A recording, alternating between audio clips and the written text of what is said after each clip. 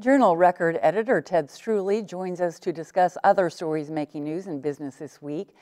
State Treasurer Ken Miller is suggesting Oklahoma may borrow money to help bridge its budget gap. How would that work? Well, really, it would end up borrowing it from itself from the rainy day fund. We know that halfway through the year, we're down about $444 million, or about 7.7% of projections. So that could be $900 million by the end of the fiscal year.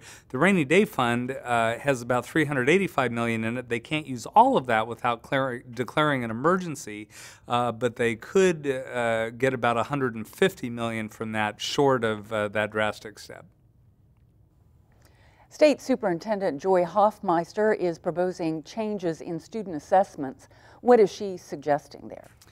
Well, Joy Hoffmeister has not made bones of the fact that she's not crazy about the 10-year-old end of instruction tests that high school students have to take. She does seem to favor the ACT, although she hasn't come out and said that outright. But she did say that getting rid of those end of instruction tests would save the state about $6 million. OG&E is asking the Corporation Commission to take another look at its air pollution cleanup plan. What does the utility want? Well, the Corporation Commission turned down their $1.14 billion plan.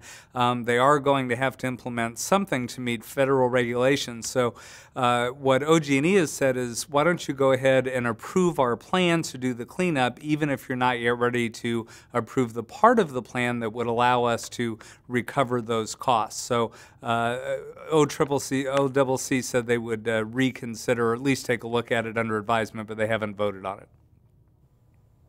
And what are you working on for next week? You know, Monday's paper, we're going to take a look at whether a series of small earthquakes combine to put any kind of potential structural damage to buildings. Ted Struley, editor of the Journal Record, thanks for joining us. Glad to be here.